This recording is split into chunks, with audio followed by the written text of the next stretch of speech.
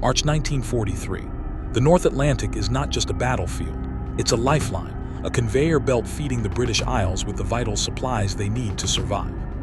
Every week, convoys of merchant ships set off from North America, braving storms, icebergs, and the relentless threat of German submarines. For Britain, the stakes are simple. If the convoys stop, the nation starves. If the oil and ammunition don't arrive, the war effort crumbles. But for Germany, the Atlantic is a hunting ground. Admiral Karl Dönitz, commander of the U-boat fleet, has perfected a deadly system, Rudel tactic or Wolfpack tactics. No longer do U-boats hunt alone. They operate as coordinated packs, communicating by radio, working together to locate, surround, and annihilate their prey.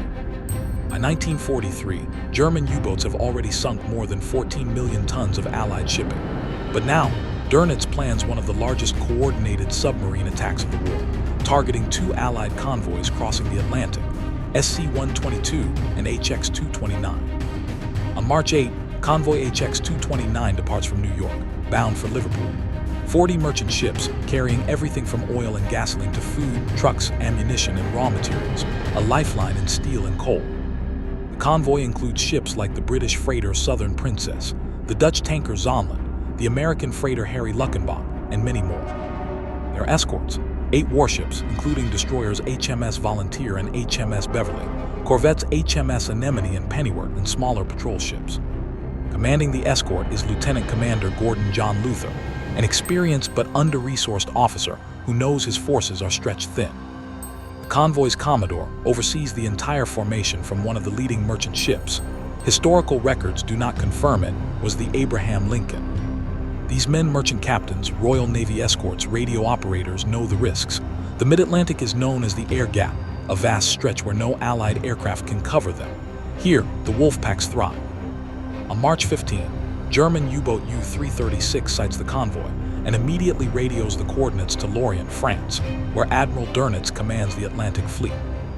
Within hours, the call goes out to 3 Wolfpacks, Robgraf, Stumer, and Dringer, a combined force of 39 U-boats. Some race hundreds of kilometers through rough seas to reach the target. The tactic is simple but deadly. Shadow the convoy, stay out of sight, and wait until nightfall. Surface, U-boats can move faster than the merchant ships, up to 17 knots, and slip into attack positions under cover of darkness. The Allied escorts are already on edge. Escort commanders shuffle their ships to cover the flanks, while lookouts scan the dark horizon, knowing an attack could come at any hour. But they are outnumbered, 8 escorts against nearly 40 submarines. The night of March 16-17 is hell. Around 11 p.m. GMT on March 16, 1943, U-603, commanded by Hans-Joachim Bertmann, fired torpedoes that hit the Norwegian freighter Alinke, marking the first attack on Convoy HX-229. Just after midnight, between 12:23 and 12:25 a.m. GMT on March 17th, U-758, under the command of Helmut Mansek, torpedoed and sank the American Liberty ship James Oglethorpe and the Dutch tanker Zaanland. Later that day, around 2 p.m. GMT, U-384, commanded by Hans-Joachim von Rosenberg-Gruskinski, attacked and sank the freighter Coracero, not far from where the Dutch vessel Turkele was also lost. Within a few hours, the convoy is in chaos. Ships scatter, some breaking radio silence to call for help. Flares light up the night sky, depth charges explode, but the U-boats slip away, diving deep before surfacing again to strike. Crewmen aboard HMS Volunteer and HMS Beverley work furiously, zigzagging through the convoy, hunting shadows on the sonar. Eyewitness accounts describe the night as chaos, flames on the water, screaming men in lifeboats, and the cold Atlantic swallowing ships one by one. By dawn, 7 merchant ships are gone, leaving lifeboats adrift in freezing water, their survivors praying for rescue. Why were the Wolfpacks so deadly? German U-boats operated with precision. 1 U-boat located the convoy. The rest were summoned via encrypted radio, often sprinting on the surface at night to get into position. They attacked from multiple angles, confusing the escorts and forced them to split their defenses. The British relied on ASDIC early sonar, but it only worked against submerged submarines, not surfaced ones.